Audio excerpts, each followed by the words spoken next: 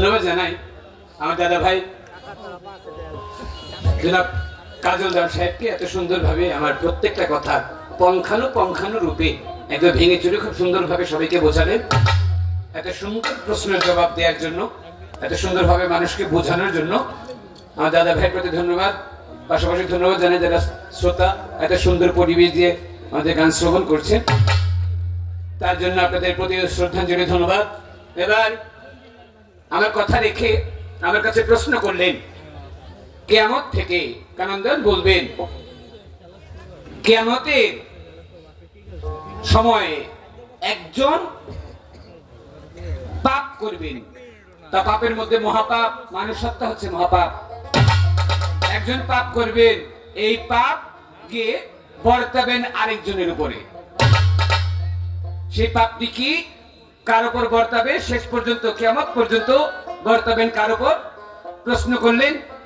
দ্বিতীয় প্রশ্ন করলেন আমার কাছে আমার রাসূল করিম সাল্লাল্লাহু আলাইহি ওয়াসাল্লাম। একদিন তার সাহাবা সবচেয়ে কাছের ব্যক্তি হযরত আলী রাদিয়াল্লাহু আনহুকে বললেন, তুমি সব দিকে যাও, পূর্ব দিকে যাও, উত্তর দিকে যাও, দক্ষিণ দিকে যাও, পশ্চিম দিকে কখনো যেও না। হযরত আলী পশ্চিম দিকে দক্ষিণ দিকে যাইতে নিষেধ করার পরেও তিনি দক্ষিণ দিকে গেলেন। দক্ষিণ দিকে গিয়ে কিছু কিয়ামতের আলামত তিনি দেখতে পারলেন। নবী তাকে নিষেধ করলেন কেন? তিনি তবুও দক্ষিণ দিকে গিয়ে কিয়ামতের কি কি আলামত দেখতে পারলেন প্রশ্ন করলেন আমার কাছে। আমি চেষ্টা করবো দাদা ভাইয়ের কথার প্রশ্নের জবাব দেওয়ার জন্য। তো তার আগে অনেকগুলো কথা আমার দাদা ভাই বলে গেছে, আপনারা বোধহয় খেয়াল করছেন। আমার দাদা ভাই প্রথমে তারা বলতেছে বাংলাদেশের মধ্যে দেশের বাইরে যারা অনেক শিক্ষার্থী আমাদের প্রদীপ আমার ভাই জনাব কানন দেওয়ান এই কথাটা আমাকে একদম খুব বড় সড়ো করে আমার ভাই বলতেছে আসলে বিদ্যা বুদ্ধি জ্ঞান গানের সুর তাল লয় কিছুই আমি কাজল দেওয়ানের জানা নাই। আমি মনে মনে চিন্তা করি আচ্ছা এটা আপনারা যারা গান শুনতেছেন আপনাকে সবাই বিশ্বাস করেন যে বাংলাদেশের মধ্যে কাজল দেওয়ানের উপর আর কোনো বাউল শিল্পী নাই? বিশ্বাস করলে হাত উঠান কিছু হাত উঠাতে হবে না, শীতের মধ্যে হাত উঠাতে গেলে কষ্ট।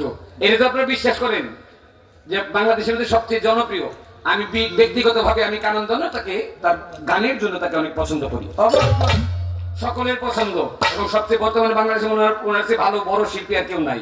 তাই মনে মনে চিন্তা করি কাজল ভাই আপনি যদি তারা বলেন আমারে প্রথম আমারে ভাইকে তো বলছি আমি কেউ পামটাম দেই না। এই যে ভাই আপনি কিন্তু একটা কথা ধরা খাইলেন, আপনি কিন্তু আমার মোটামুটি পাম দিতেছেন। আমি ছোটখাটো মানুষ, আমার কাছে প্রথমে দ্বারা বলতেছে কানন্দন আমাকে অনেক বড় করলে। আসলে প্রকৃতপক্ষে যার মন বড় তিনি আরেকজনকে বড় করে দেখেন। কাজল সাহেবের মনটা অনেক বড়, এই জন্য আমাকে বড় করে দেখেন। কিন্তু পরে যে কথাটা বলছেন ভাই এইটা মাইনে নেওয়া যায় না। আমার মধ্যে বিদ্যা বুদ্ধি জ্ঞান গানের সুর তাল কিছুই নাই। আমি মনে মনে চিন্তা করে কারণ সাহেব আপনার মধ্যে যদি সুর তাল লয় গানের বিদ্যা বুদ্ধি জ্ঞান কিছুই যদি না থাকে, আপনার মধ্যে যদি না থাকে তা আমি তো নাই। এক লোক ব্যাংকের মধ্যে গেছে অ্যাকাউন্ট খোলার জন্য। তো অ্যাকাউন্ট খুলতে গেছে, তো এই লোক দেখতে মোটামুটি একটু লম্বা চড়া, বেশ স্বাস্থ্যবান লোক। তো স্বাস্থ্যবান লোক উঁচা লম্বা, ওই লোক যখন ব্যাংকের মধ্যে অ্যাকাউন্ট খুলতে গেছে তো ব্যাংকের অফিসার জিজ্ঞেস করে ভাই আপনার নাম? আমার নাম মোহাম্মদ চিকন আলী। কি নাম? মোহাম্মদ চিকন আলী। পরের জন সিলেক্ট আমি কানন্দনের মতো একটা হ্যাংলা পাতলা। ওই লোকের পরে আবার জিজ্ঞেস করছে ভাই আপনার নাম? তো ভাই এত বড় মানুষজন চিকন আলী ভাই, আমার নাম মোহাম্মদ নাই। মোহাম্মদ নাই আবার কেমন নাম? এটা আবার নাম হয় নাকি? কারণ এত বড় লোকটা পালনের মতো লোক, হ্যাঁ যদি চিকন আলী আমি তো নাই। আপনি যদি বলেন মানে আমার মধ্যে জ্ঞান বুদ্ধি বিদ্যা বুদ্ধি নাই, জানা নাই, আমি তো নাই। এটা হচ্ছে একটা বিষয়। ছোট্ট করে আগে একটা গান করি, পালার পক্ষ থেকে একটা গান করে তার কথাগুলোর জবাব দিয়ে বাদ বাকি কথাগুলো উত্তর দেওয়ার চেষ্টা করবো। যে পরিবেশটা আপনারা রাখছেন এই পরিবেশটার জন্য শ্রদ্ধাঞ্জলি জানে, এই পরিবেশটা দয়া করে ধরে রাখবেন।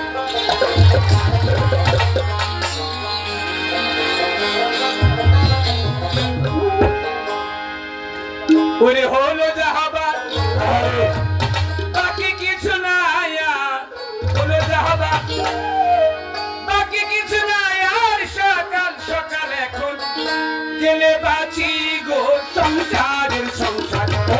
মাইনা নাই চাকরি এই ঝকমারি কত করে দেখেছি গো সংসারের সংসার মাইনা নাই চাকরি এই ঝকমারি কত করে দেখেছি গো সংসারের সংসার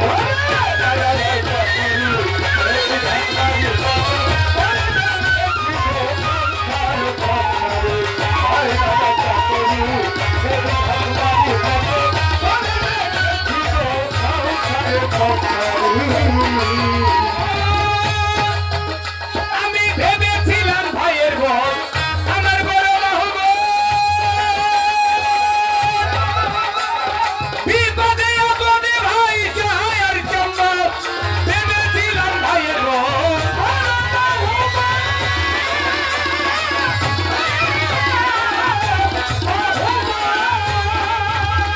আমার বিপদে আপদে ভাই চায় আর চম্বল এখন ভাইয়ে কয় দাদা ভাত করিয়া দেওয়া ভাইয়ে কয় দাদা ভাত করিয়া দেও আধা জেনে চলে বড় গাধা হয়েছি গো সংসারের সংসার মাইনা নাই চাকরি এই ঝকমারি কত করে দেখেছি গো সংসারের সংসার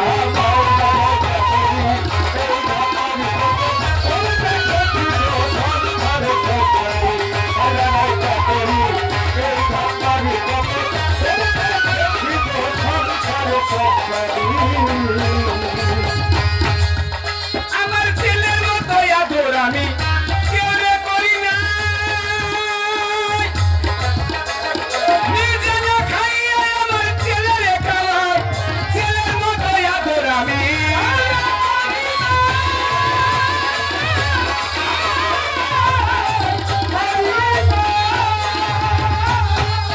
ওই আমি নিজে না খাইয়া আমার ছেলের খাওয়াই এখন ছেলে কই বুড়া এই বুড়া নষ্টের ঘোড়া ছেলে কই বুড়া আমার ছেলে কই বুড়া এই বুড়া নষ্টের ঘোড়া জেনে চলে আর ঘোড়া করেছি গো সংসারের সংসার মানা নাই চাকুরি এই ঝকমারি কত করে দেখেছি গো সংসারের সংসার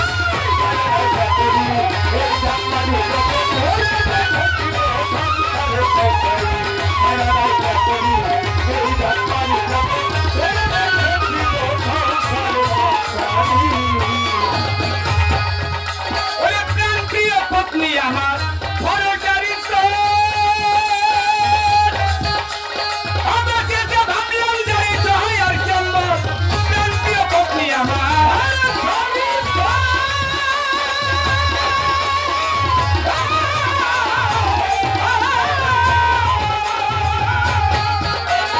আমাকে যে ভাবলাম যাই সহায় আর চম্বল এখন সে ভাগি করি রাগারাগি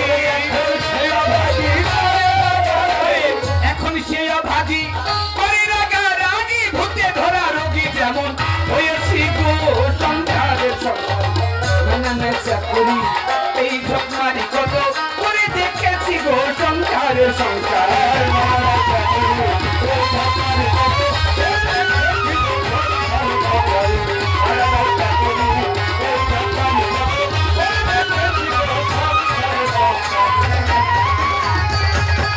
ওই এখন আত্মীয় স্বজনা আমার পাড়া প্রতিবেশী সকলের কাছে আমি একটু বেশি আত্মীয় স্বজনা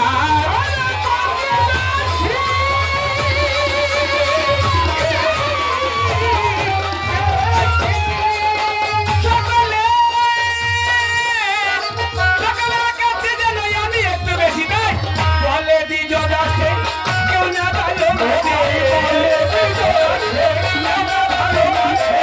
বলে দিজন আছে কেউ না ভালোবাসে আসিয়া এই মায়ার দেশে তাই থেকেছি গো সংসারে সংসারে এই ঝকমারি কত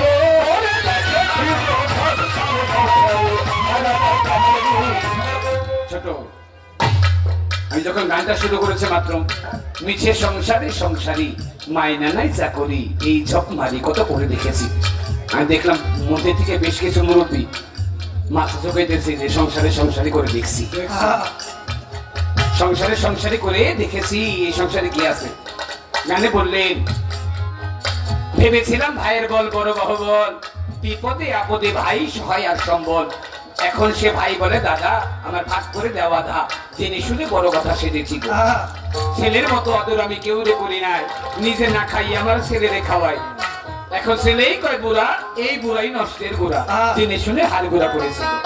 প্রাণ প্রিয় পত্নী আমার ভরসাস্থ, অবশেষে ভাবলাম যারে সহায় আর সম্বল। এখন সে অভাগী করে রাগারাগি, ভূতে ধরা রোগী যেমন সেজেছিল।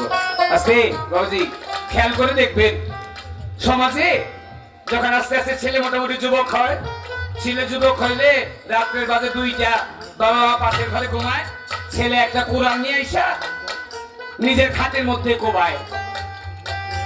কোবের শব্দ শুনে পাশের ঘর থেকে ছেলে বাবা ডাকতে বলে, কিরে বাবা কি করস? কই বাবা কোরআন যে খাট কোবাই। কোরআন যে খাট কোবাস কেন? বাবা এত বড় খাট, এত বড় খাটের মধ্যে একা একা ঘুমাইতে ভালো লাগে না। এত বড় খাটে একা একা ঘুমাইতে ভালো লাগে না। বাবা ডাক দিয়ে মার কাছে কয়, কিরে তোমার ছেলে কি পাগল হয়ে গেছে নাকি? মা তখন কয়, আরে ছেলে তো পাগল হয় নাই, তুমি আসলে বুঝতে পারো নাই, বয়স হয়েছে তো তুমি বুঝতে পারো নাই। ছেলের এত বড় খাটের মধ্যে ঘুমাইতে ভালো লাগে না, তার মানে এত বড় খাটের মধ্যে আরেকজন তার দরকার, তার আরেকজন লোক তার সাথে দরকার। বাবা মা চিন্তা করে তাড়াতাড়ি বংশের নাম কাটানোর আগে ছেলে নিয়ে বিয়ে করায়।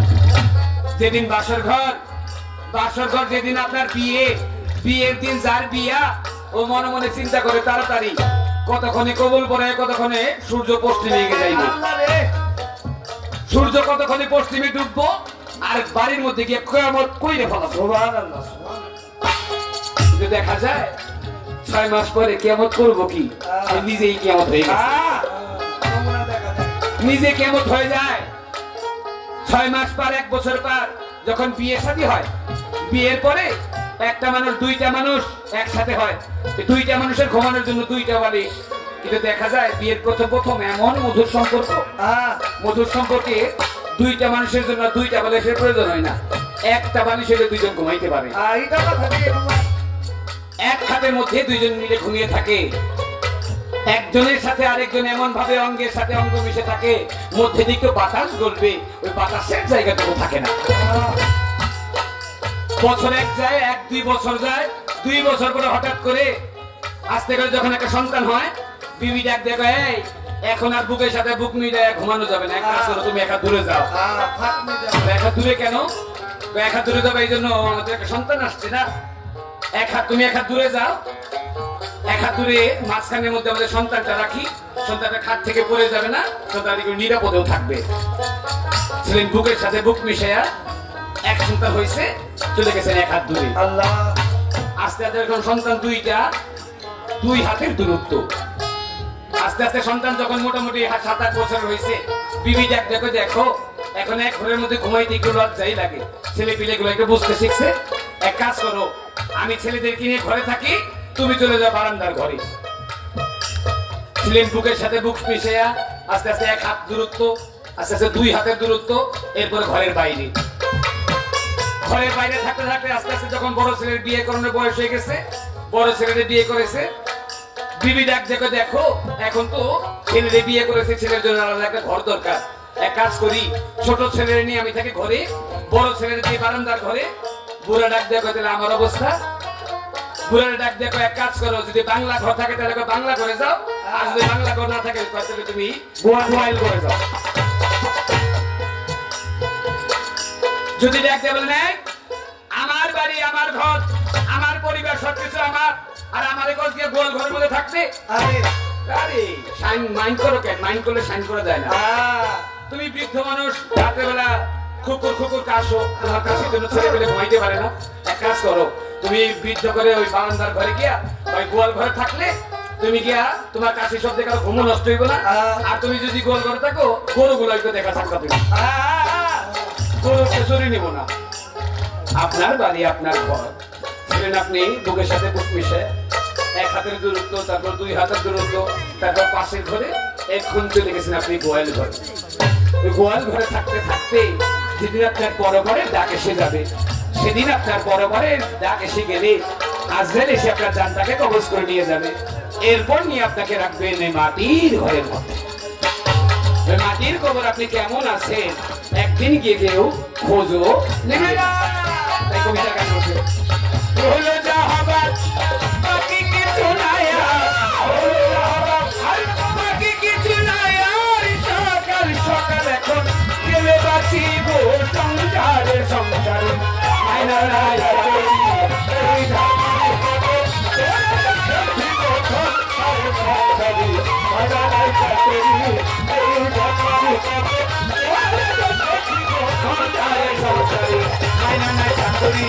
এই ঘটনারই কত করে দেখেছি গো সংসারে সংসারী। পিরিতি পিরিতি পিরিতি পিরিতি পিরিতি পিরিতি সত্য পিরিত শান্ত পিরিত দাস্য পিরিত বাসিল পিরিত মধুর পিরিত পিরিতি তারাই তারাই জানে পূজা চলে ভাবের পিরিতি পিরিতি তারাই তারাই জানে পূজা চলে যা গোপুর পিরিতি।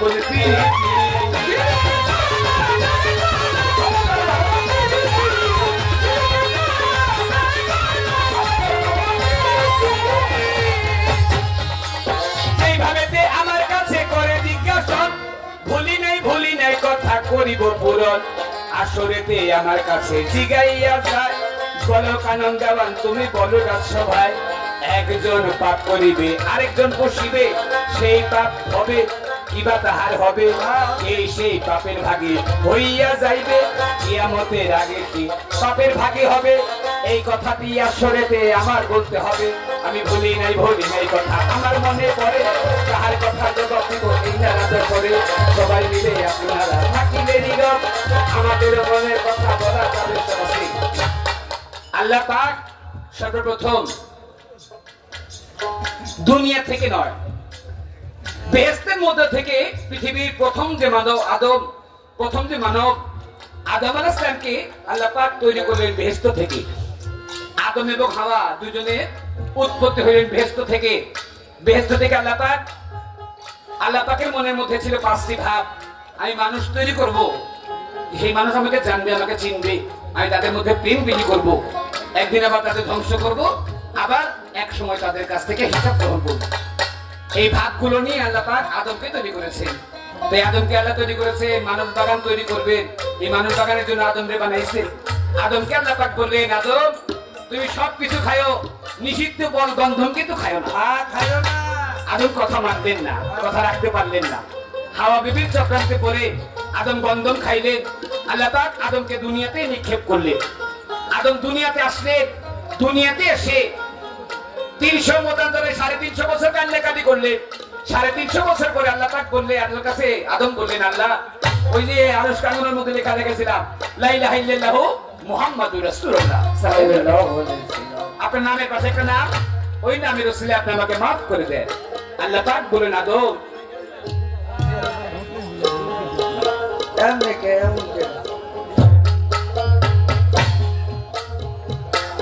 আদম যখন মাফ চাইলেন আল্লাহ পাক বললেন আদম তুমি যদি বেহেশত থেকে আমার কাছে আমার রাসূলের নামে দোহাই দিতে আমি তখনই তোমাকে মাফ করে দিতাম।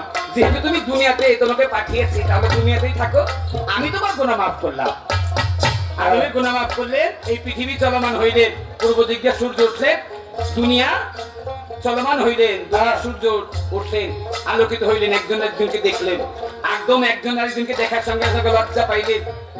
আদম যখন বেহেশতে ছিলেন তখন তার শরীরে ছিল বেহেশতি পোশাক, যখন বেহেশত থেকে তাকে দুনিয়াতে নামাইলেন তখন তিনি বেহেশতি পোশাক তার কাছ থেকে খুলে নিলেন। কিন্তু প্রথম দিকে আদম ছিলেন, দুনিয়া ছিল অন্ধকার, নিজের ইজ্জত নিজে দেখতে পারেন নাই, লজ্জা লাগে নাই। কিন্তু যখনই আদম মাপ পাইলেন, যখন সূর্য উঠলেন, সূর্য ওঠার সঙ্গে সঙ্গে সূর্যের আলোকে সবকিছু আদম দেখলেন, নিজের দিকে তাকিয়ে আদম লজ্জা পেয়ে গেলেন। নিজে উলঙ্গ, হাওয়া বিবিও ছিলেন উলঙ্গ। তখন আঞ্জির নামক একটা গাছের পাতা নিয়ে আদম নিলেন 3টা পাতা, মাথার মধ্যে একটা, সামনে একটা, পিছনে একটা। আদম নিলেন 3টা, হাওয়া বিবি নিলেন 5টা, মাথায় একটা, বুকে 2টা, সামনে একটা, পিছে একটা। এই 5টি পাতা দিয়ে ইজ্জত থাকলেন। সেটা থেকে এখন পর্যন্ত নিয়ম এসে গেছে, মানুষ মারা গেলে পুরুষ হইলে 3টা কাফনের কাপড়, মহিলা হইলে 5টা কাফনের কাপড়।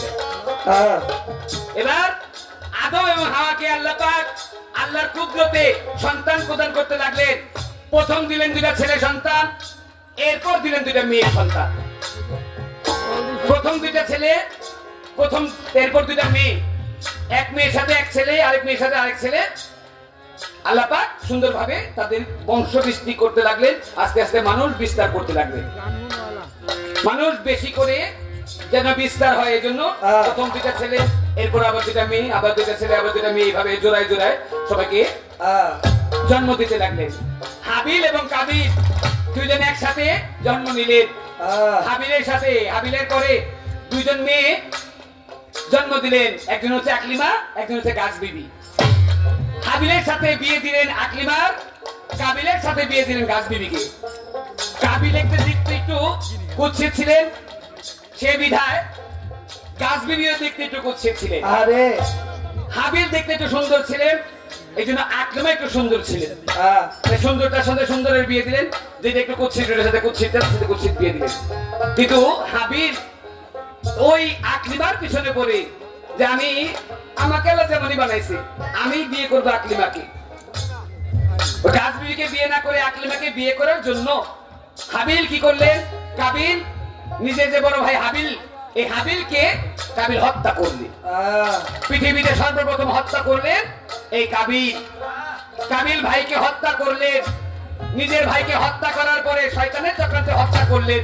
এবার হত্যা করার পরে শয়তান এসে বললেন যে 2জনের মধ্যে যখন হত্যা কইরাই ফেলেছো, 2টা ফেরেশতা এসে এই হত্যাকে লুকাইবো কিভাবে? লুকানোর জন্য 2টা ফেরেশতা 2টা কাকের রূপ ধরে এসে তাদের সামনে এসে মারামারি করলেন। কাবিলের সামনে এসে মারামারি করে একটা কাককে আরেকটা কাক মারলেন, মারার পরে কাকটাকে নিয়ে মাটির তলে পুঁতলেন। ওইখান থেকে নিয়ম আসলে একজন মানুষ মারা গেলে তাকে মাটি কবরস্থ মাটিতে দিতে হয়। কাবিল ওই 2 ফেরেশতার দেখা দেখি নিজের ভাই হাবিলকে কবরের মধ্যে, মাটির মধ্যে চাপা দিলেন। এই হাবিল সর্বপ্রথম, কাবিল সর্বপ্রথম দুনিয়াতে হত্যা করলেন। কাবিল হত্যা করাতে আল্লাহ পাক বললেন, কাবিল তুমি পৃথিবীতে হত্যা করলা, তোমার কাছ থেকে হত্যাযজ্ঞ শুরু হইল। তাই হত্যা করার জন্য পৃথিবীতে তোমার পরে যত আদম সন্তান আসবে, যত আদম সন্তান মানুষকে হত্যা করবে, যত মানুষকে হত্যা করবে, এই হত্যার যে পাপ, এই হত্যার পাপ এসে তোমার কাছে যাবে। কিয়ামত পর্যন্ত যত মানুষ একজন মানুষ হয়ে আরেকজন মানুষকে যেই হত্যা করবে, যত মানুষের হত্যা করুক, এই হত্যার পাপ গিয়া সব হত্যার পাপ গলে গিয়ে চলবে কাবিলের উপর। কাবিল প্রত্যেকটা মানুষের পাপের অর্ধেকের প্রায়শ্চিত্ততার করতে হবে, অর্ধেকের ভাগিদার হয়ে যাবে হাবিল। কারণ সর্বপ্রথম এই হাবিল থেকে হত্যাগুলো শুরু হয়েছে। ভাইয়ের কথা ছিল দিলাম শেষ করিয়া, আরে কথা ভাই আমায় গেছে রেজি গাইয়া। ভুলি নাই কথা আমার মনে পড়ে, ভাইয়ের কথার জবাব দিব এই না রাজা সরে। আমার নবী দিনের মোস্তফায় হযরত আলীকে ডাকিয়া কয়, হযরত আলীকে নবী একদিন ডাক দিয়া বলছি, আলী শোনো। আছে ছোট হযরত আলীকে আমার নবী হঠাৎ করে কোন বিষয় ছাড়া একদিন হযরত আলী আর রাসূল করিম সাল্লাল্লাহু আলাইহি ওয়াসাল্লাম 2জন একদিকে যাচ্ছে। রাসূল করিম সাল্লাল্লাহু আলাইহি ওয়াসাল্লাম হঠাৎ করে দাঁড়ালেন, পথিমধ্যে দাঁড়ায় বলে, আলী তুমি এক কাজ করো, তুমি আজকে পূর্ব দিকে যাও, পশ্চিমে যাও, উত্তরে যাও, কিন্তু ভুলেও কিন্তু আমি যেখানে দাঁড়িয়ে আছো এখান থেকে ভুলে তুমি দক্ষিণ দিকে যাইও না। এই কথা বলে নবীজিটা কেন বললেন, কেন উত্তর না দিয়ে কোনো কিছু না বলে তুমি দক্ষিণ দিকে কিন্তু আজকে যাইও না, কথাটি বলেই আমার নবী হযরত আলীকে রেখে আস্তে করে নিজের বাড়িতে চলে গেলেন। আর হযরত আলী এক জায়গার মধ্যে দাঁড়া মনে মনে চিন্তা করে, নবী আমারে পূর্ব দিকে যাইতে না করলেন না, পশ্চিমে যাইতে না করলেন না, উত্তরে যাইতে না করলেন না, দক্ষিণ দিকে যাইতে নবী না করলেন কেন? দক্ষিণ দিকে যাইতে নবী না করলো কেন? এই না করলো কেন? এই না করার কথাটা হযরত আলী ভাবতে ভাবতে ভাবতে ভাবতে হযরত আলী যাইতে যে দক্ষিণ দিকে গেলেন। দক্ষিণ দিকে হযরত আলী অনেক দূর অগ্রসর হইলেন। অনেক দূর অগ্রসর হয়ে হঠাৎ কিছুক্ষণ পরে আবার হযরত আলী দৌড়ে আমার নবীর কাছে আসছে। হযরত আলী দৌড়ে নবীর কাছে আসছে। হযরত আলী একটু ঘাইমে গেছে, পেরেশান হয়ে গেছে। আর আমার নবী হযরত আলীর এই দৃশ্য দেখে বুঝে ফেলছেন। ডাক দিয়ে আমার নবী মুস্কি মুস্কি হাসেন আর ডাক দেখো, হযরত আলী তোমার আজকে দক্ষিণ দিকে যাইতে না করছিলাম, কিন্তু তুমি দক্ষিণ দিকে গেছিলা তাই না? হযরত আলী ডাকতে বলে, রাসূল আপনি আমাকে মাফ করবেন, আপনার নিষেধ থাকা সত্ত্বেও আমি দক্ষিণ দিকে গিয়েছিলাম। আমার নবী কয়, না হযরত আলী, আমি তোমাকে নিষেধ করি নাই, আমি তোমাকে দক্ষিণ দিকে যাইতে না করছি। কেন না করছি জানো? এই যে তুমি দক্ষিণ দিকে যে গেছো, যদি আমি তোমার বলতাম দক্ষিণ দিকে যাও, তাহলে তুমি যাতেই খাচ্ছো তার তুমি কোনোদিন দেখো নাই। হযরত আলী তুমি দক্ষিণ দিকে কি দেখলা? হযরত আলী ডাকতে বলে, নবী আপনি আমাকে মাফ করেন, আপনার নিষেধ থাকা সত্ত্বেও আমি দক্ষিণ দিকে গেছি। দক্ষিণ দিকে যাইয়া আমি কিছু বিষয় দেখতে পারলাম যা এই পৃথিবীর আর কোনো জায়গায় দেখতে পারি না। নবী ডাকতে বলেন, কি বিষয়? হযরত আলী কয়, নবী সর্বপ্রথম আমি দক্ষিণ দিকে হাঁটতে হাঁটতে গেছি, গিয়ে দেখি রাস্তার মধ্যে, রাস্তার পাশে তিনটা কুয়া। তিনটা কুয়া, প্রথম 1 নম্বর কুয়া, 2 নম্বর কুয়া, 3 নম্বর কুয়া। গিয়ে দেখি 1 নম্বর কুয়া থেকে পানি গইরে গইরে যায় না।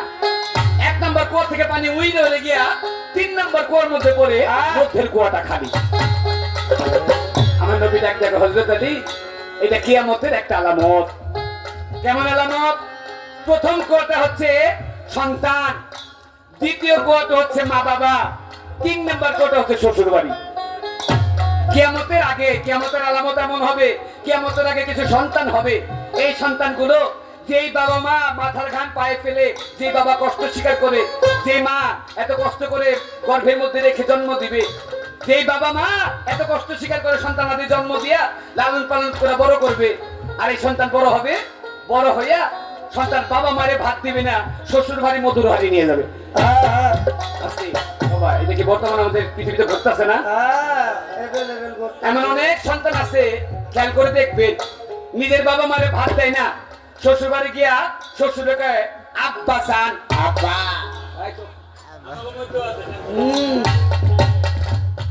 শ্বশুরে গিয়ে বলে আব্বা যান, আর নিজের বাবা যে না খায় রয়েছে, নিজের বাবার খবর নিজে রাখে না।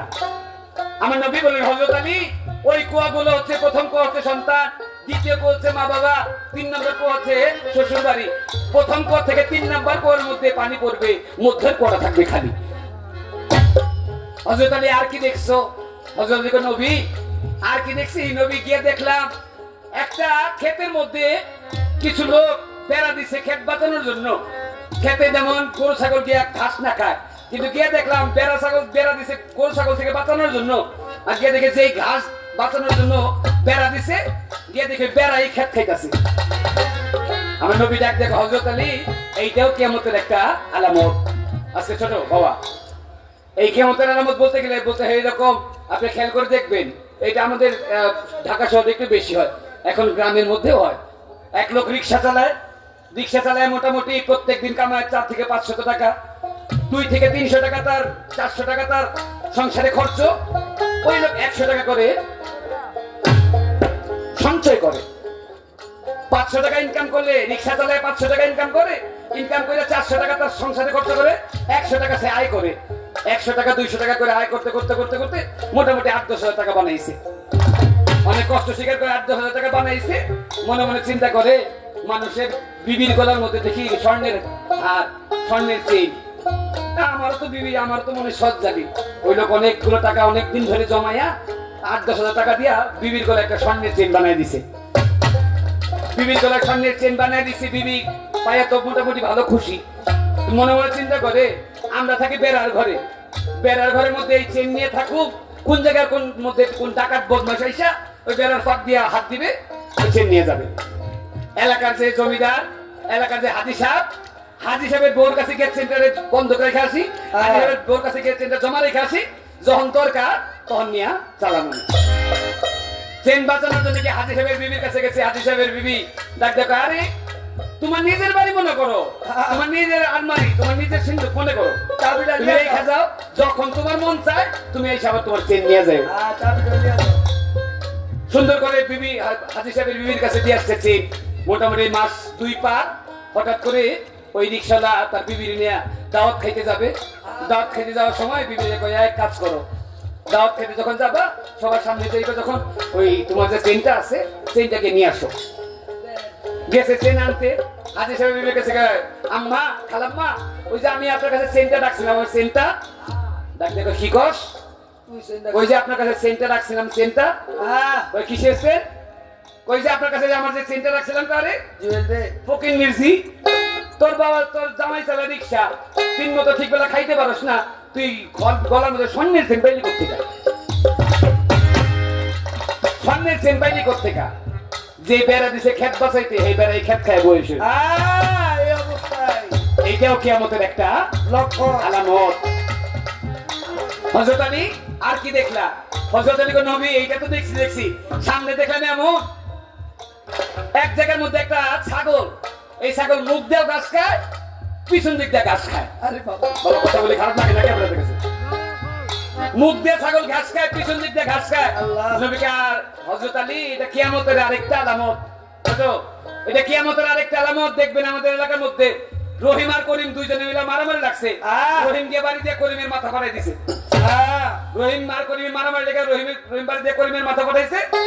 বিচার চলে গেছে এলাকার মাতবরের কাছে। সকালবেলা এলাকার মাতবর গিয়া চায়ের দোকানে বসে বসে হ্যাঁ আমার এলাকার মধ্যে এরকম ঝগড়া, আমার এলাকার মধ্যে এত মারামারি, এটা কঠিন বিচার করুন। রহিম তো মনে মনে চিন্তা করে, বাবা রে বাবা, আমি তো করিমের মাথা ফাটাইছি, আমার তো খবর আছে। মাতবর সাহেব যেই রাগারাগি যেই কোদাকুদি করতেছে, বিচার ঠিক মতো করবো, আমার তো খবর আছে। তাড়াতাড়ি রহিম দৌড়ে গেছে, 5,000 টাকা নিয়ে মাতবর সাহেবের হাতে 5,000 টাকা দিছে।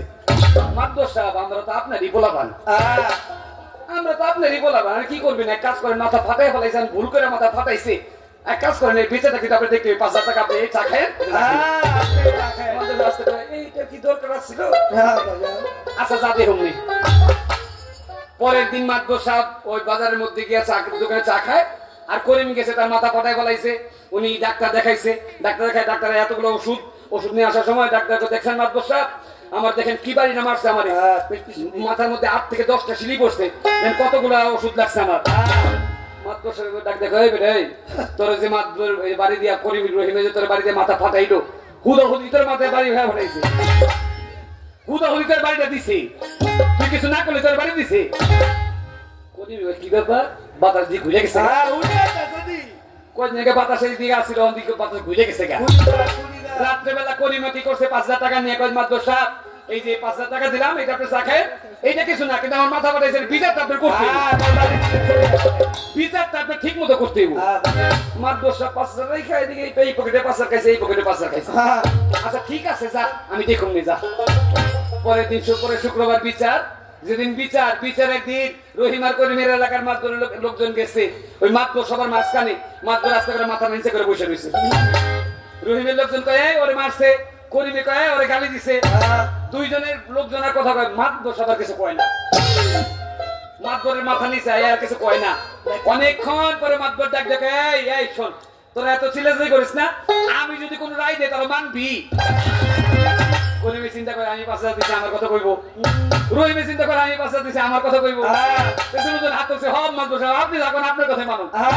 এই বেটা এক কাজ কর, সকালবেলা ঘুমের থেকে উঠে তুই ওর মুখ দেখবি, উই তোর মুখ দেবো। কে বেটা মারামারি, গলায় মিল, গলায় মিল, গলায় মিলে দিছে, বিচার হয়ে গেছে, গলায় মিলে দিছে, বিচার হয়ে গেছে। বিচার করবে কি? সে তো মুখ দিয়ে খাইতেছে, পিছন দিক দিয়া খাইতেছে। আমার নবী হযরত আলী কাছে বলে, হযরত আলী এইটি হচ্ছে কিয়ামতের আলামত। একদল মানুষ আসবে যারা একদিক দিয়েও খাবে, ওদিক দিয়েও তারা হবে ছাগলের মতো। আর কি দেখছো তুমি বলো না আমারে। হযরত আলী বলছে তখন বলি ধীরে ধীরে, হযরত আলী বলে নবী আরেক জায়গায় গিয়ে দেখে একটা ঘর, আমার রাসূল ডাকতে বলে ওইটা হচ্ছে আল্লাহর কুদরতের ঘর। হযরত আলী বলে ওই ঘরের দরজার মধ্যে লেখা কালেমাতে লা ইলাহা ইল্লাল্লাহু মুহাম্মাদুর রাসূলুল্লাহ। বলার সঙ্গে সঙ্গে দরজা খুলে গেলেন। আমার রাসূল ডাকতে বলে এই কালেমা তৈয়ব পড়ে যে ব্যক্তি ইসলামের মধ্যে আসবে সে ব্যক্তি দুনিয়াতে ভালো চলতে পারবে। রাসূল হযরত আলী বলে গিয়া ওই ঘরের মধ্যে দেখলাম একটা সিন্দুক, ওই সিন্দুক আমি টানাটানি করি, সিন্দুক খুলতে পারলাম না, আল্লাহর কাছে সাহায্য চাইলাম, আল্লাহ সাহায্য দিলেন 5 জন। হযরত আলী আমার রাসূল বলেন ওই 5 জন হচ্ছেন 5 ওয়াক্ত নামাজ। 6 জন মিলে ওই সিন্দুক টানাটানি করি, সিন্দুক খুলতে পারি না, এরপর আবার আল্লাহর কাছে সাহায্য চাইলাম, আল্লাহ সাহায্য দিলেন 30 জন। রাসূল বলে 30 জন হচ্ছে তোমার 30টা রোজা। এই 36 জন মিলে টানাটানি করি, সিন্ধুক খুলতে পারি না, আবার আল্লাহর কাছে সাহায্য চাইলাম, এইবার আল্লাহ সাহায্য দিলেন 1 জন। আমার রাসূল বলেন ওই 1 জন হচ্ছে তোমার ঈমান। হযরত আলী ডাকতে বলে ওই আমার আরেকজন যখন একজন আসলেন, ওই একজন এসে সিন্ধুক টান দিলেন, সিন্ধুক খুলে গেল, সিন্ধুকের ভিতর থেকে ধোঁয়া বের হইলেন, এই ধোঁয়া আকৃতি নিলেন একটা পালোয়ানের, ওই পালোয়ানের হাতের মধ্যে গুর্জা, ওই গুর্জা দিয়ে তিনি আমাকে আঘাত করলেন। আমি আল্লাহু আকবার বলে চিৎকার মারলাম, নবী আমার কিছুই হয় নাই। আমার রাসূল ডাকতে বলে তোমার ঈমানটা শক্ত, এই জন্য তোমার কিছু হয় নাই, যদি তোমার ঈমানের মধ্যে একটু নরবর থাকতো ওই গুর্জার বাড়িতে তুমি বালুর সাথে মিশে যাইতা। এই তো আলী দেখেছিল, বললাম ঘটনা, ছোট্ট করে তাহার কথা দিলাম গো বর্ণনা, তাহার কথায় আসরেতে গেল শেষ হইয়া, ছোট্ট একটা কথা তারে যাই করে জিগায়া, ছোট্ট একটা কথা বলি আমার ভাইয়ের ধারে ধারে করে জবাব দিবেন দিবেন এই আসরে। আসতে আমার ভাইয়ের কাছে ছোট্ট করে যে কথাগুলো ছিল আস্তে আস্তে বলতেছি। আমার ভাই আগে প্রশ্নটা রাখি ছোট্ট করে, একটা বিষয়ে খুব সুন্দরভাবে জবাব দিলেন। 5টি প্রশ্ন মানুষকে আল্লাহ করবেন, এই 5টি প্রশ্নের জবাব যদি কেউ, 5টি প্রশ্নের কর্ম যদি কেউ দুনিয়া থেকে করতে পারে, তার আখিরাতের দিন তার আটকাইতে হবে না। ভাইয়ের কাছে আমার ছোট্ট করে একটু জানার বিষয়, ভাইজান আপনি বলবেন আখিরাতের দিন, হাসরের দিন মানুষ যার যার কবর থেকে সে ব্যক্তি গেজা দিয়ে উঠবেন, যে যার যে এখানে কবর হবে ওই কবর থেকে মানুষ গেজা দিয়ে হাসরের দিন উঠবেন। সবার থাকবে ডান হাতে আমলনামা, প্রতিবান্দার বাম হাতে আমলনামা। আমার ভাইয়ের কাছে আমার ছোট্ট করে একটু জানার বিষয়, ভাই আপনি বলবেন এক ব্যক্তির ডান হাতে আমলনামা থাকবে না, বাম হাতে আমলনামা থাকবে না, এক ব্যক্তি আমলনামা নিয়ে উঠবে গলার মধ্যে সাইনবোর্ডের মধ্যে ঝুলাইয়া। আপনি একটু বলবেন ডাইন হাতে আমলনামা থাকলে নেকি বান্দা, বাম হাতে আমলনামা থাকলে প্রতিবন্ধী, এটা বোঝা যায়। কিন্তু একজনের গলার মধ্যে আমলনামা ঝুলাইয়া তারপর তিনি হাসরের দিন উঠবে, গলার মধ্যে আমলনামা ঝুলানোর কারণ কি? সেই ব্যক্তিটাকে। আর প্রত্যেকটা মানুষের যার যার কবর থেকে সে গেজা দিয়ে উঠবে। আমার একটু ভাইয়ের কাছে জানার বিষয়, ভাই আপনি একটু বলবেন হাসরের দিন একজন মানুষ উঠবে 70টা কবর থেকে। একটা মানুষের তো 70টা কবর হইতে পারে না, একটা মানুষ উঠবে 70টা কবর থেকে উঠবেন মাত্র মানুষ একজন, মানুষ একজন, কিন্তু তার কবর 70টা হওয়ার কারণ কি? 70 কবর থেকে উঠবে সেই ব্যক্তির নাম কি, তার বিষয়টা কি? এই তো তার, আমি এই তো ভাইয়ের কথা প্রশ্ন করে যাই, সুন্দর করে জবাব দিবেন ভাবুকের গোসায় আছে। আমি একটা না, আমার ভাইয়ের 2টা কথা বলতে চাই, একটা প্রশ্নের জবাব দিব 2 ভাবে। সেটা কথা হচ্ছে আমার ভাইজান হচ্ছে বাংলাদেশের মধ্যে সবচেয়ে জনপ্রিয় একজন শিল্পী। আমার ভাইজান উনি যেহেতু কাজল দেওয়ান সাহেব কেন যে চশমা পরেন এটা ভাই এখন দাঁড়ায় বলছে, যদি না বলতো তাহলে তারা আপনি জানতেন না। অবশ্যই তো কাজল ভাই চশমা যে পড়ছে, চশমা কি খারাপ লাগে বাবা? না না, আস্তে তুই কষ্ট তুই দেখো মুখে ব্যথা কি রে বাবা, চশমা পড়ছে বাইরে কি খারাপ লাগে? আমার ভাই যদি চশমা পরে বাইরে যদি ভালো লাগে, তো ভাইয়ের মতো আমি বললে সমস্যাটা কোন জায়গায়? বড় ভাই বলে ছোট ভাই করতে পারি না? অবশ্যই। ওই হিসেবে বড় ভাই হিসেবে ছোট ভাই, আমি যেহেতু ছোট ভাই আমি ভাইয়ের দেখা দিয়ে তো করতে পারি, এটা হচ্ছে একটা বিষয়। আর এর চাইতে বড় বিষয় হচ্ছে আমাদের সামনে আমরা যখন মঞ্চে দাঁড়াই, যেহেতু আমরা রাত্রেবেলা গান করি, তো রাত্রেবেলা মঞ্চে গান করলে হ্যালোজিন গুলো আমাদের একেবারে কাছাকাছি লাগানো হয়। আর যেহেতু আমরা মানে একেবারে সবার সামনে আসতে হয় আমাদের। আপনাদের সামনে হ্যালোজিন দেওয়া হয় নাই, এই জন্য দেওয়া হয় নাই যে আপনাদের মধ্যে কে কোন জায়গায় বসছেন এটা না দেখলেও সমস্যা নাই। কাজল গান কোথায় আছি, আমি কানানন্দর কোথায় আছি, এটা দেখার জন্য, ভালো করে দেখার জন্য সবাই হ্যালোজিনটা আমাদের সামনে লাগায়। আর হ্যালোজিন সামনে লাগানো থাকলে সারা রাত হ্যালোজিনের আলোটা যখন চোখে পড়ে, দিনের বেলা রাত্রে বেলাতে কোনো সমস্যা হয় না, পরের দিন সকালবেলা গানের থেকে যখন ঘুমাই, ঘুমের থেকে উঠলে তখন দেখি যে ঝাপসা। এই ঘুম থেকে উঠে যখন ঝাপসা দেখি, কিছুদিন আগে ডাক্তার দেখাইছি, ডাক্তার বললেন যে আপনি আসলে করেন কি, তখন খুলে বললাম যে আমি আসলে শিল্পী, এইরকম বিষয়, শিল্পী, আমি শিল্পী মানুষ, রাত্রেবেলা লাইটের সামনে থাকতে হয়। তখন বললেন যে যেহেতু লাইটের সামনে থাকেন আপনি কাজ করেন, আপনি লাইটের সামনে, লাইটের আলোটা যেহেতু আপনার যেন আপনার চোখে না পড়ে, চোখটাকে একটু বাঁচা রাখার চেষ্টা করেন, তাহলে ঝাপসাটা দেখবেন না। এই জন্য যখন রাত্রেবেলা, এই জন্য আপনারা খেয়াল করছেন আমার ভাই কিন্তু চশমা খোলে নাই, কারণ ভাইয়ের হ্যালোজিন লাগলে চোখের ক্ষতি হবে। আর আমার জন্য এই ঝাপসাটা যেন না দেখি, এই জন্য মাঝে মধ্যে সানগ্লাস পরি, আর মাঝে মধ্যে সবাই একটু দেখতেও তো হয়। অবশ্যই আপনারা যেমন আমার দেখেন, আপনাদের দিকে তো আমার তাকাইতে হয়, এই জন্য কিন্তু আমি মাঝে মধ্যে আবার সানগ্লাস খুলে রাখি। এই জন্য কিছুটা চোখকে বাঁচানোর চেষ্টা করি, আবার কিছু সময় খুলেও রাখি, জানে ভালো করে দেখতে পারি।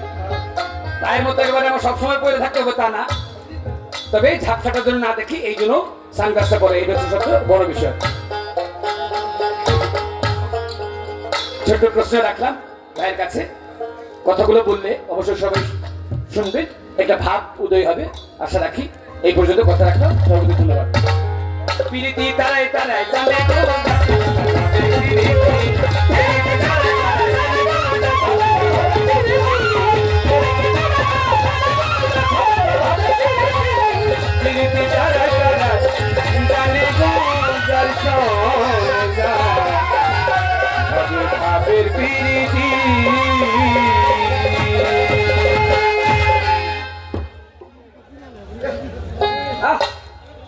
দূরো দূরো দূরো।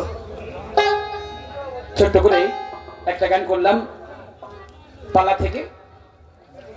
হ্যাঁ, প্রথম দিক থেকেই দিনের বেলা যখন বিরতিতে, আজানের বিরতিতে বাইরে গেছি, অনেকে মুখে শুনলাম যে খালেক দেন সাহেবের গান করতে হবে, তো ছোট করে আমার দাদা খালেক দেন একটা বিচ্ছেদ গান করি। বন্ধুর বাড়ি আমার বাড়ি রে, বন্ধুর বাড়ি আচ্ছা আমার বাড়ি রে, মুখে প্রেমে নদী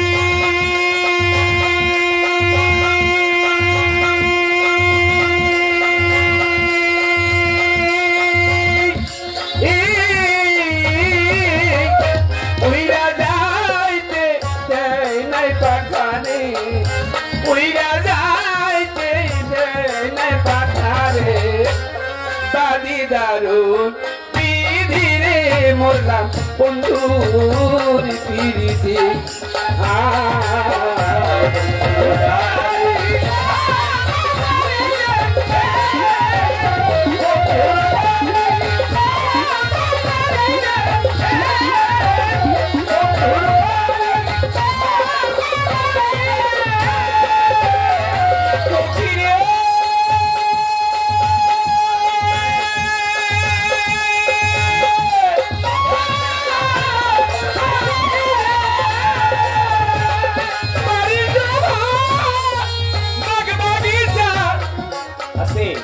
এই যে মুরব্বী মুরব্বী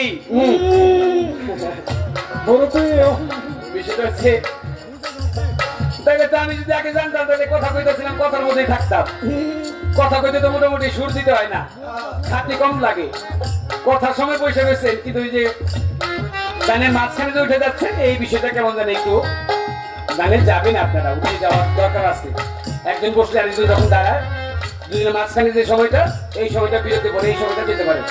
গানের মধ্যে উঠলে শিল্পী গান করার যে স্পৃহা, মনটা ছোট হয়ে যায়, তখন নিজের কাছে গাইতে ভালো লাগে না, শ্রোতার কাছে শুনতেও ভালো লাগবে না।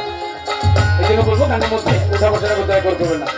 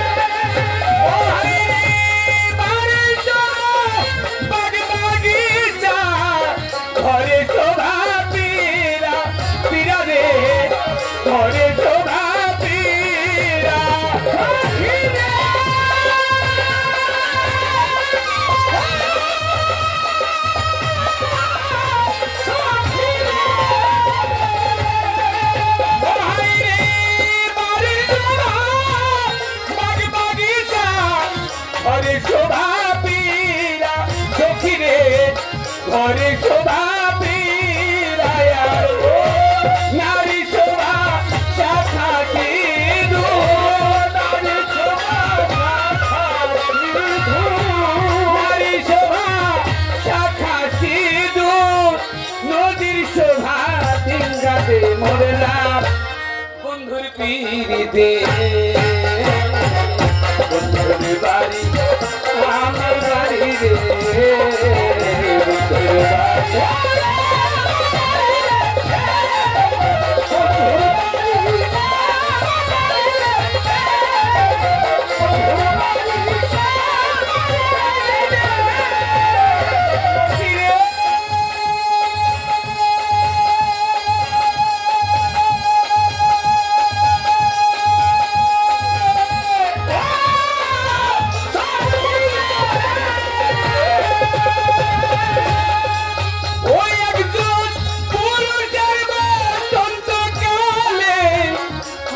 মোহন বাসি যেমন হাতে মোহন বাসি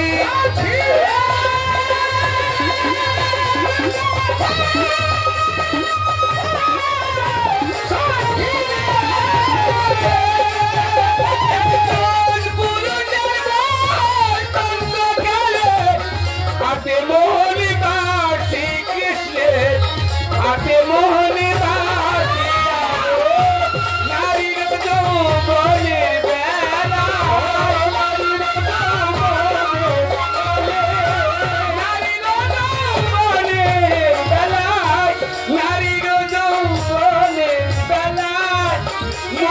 মুচকি হাসি রে মরলাম বন্ধুর পিড়িতে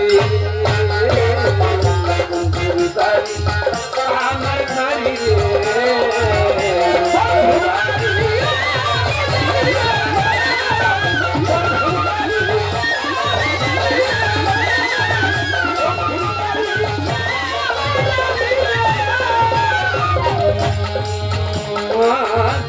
বুকেরা গুল বুকে লইয়া কাপড় হইয়া মরি মুখ ফুটে সেই ব্যথার কথা বুঝাইতে না পারি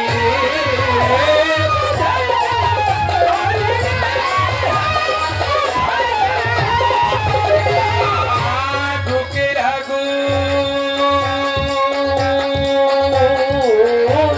বুকেরা বুকে লইয়া কাপড় হইয়া মরি মুখ ফুটে সেই ব্যথার কথা বুঝাইতে না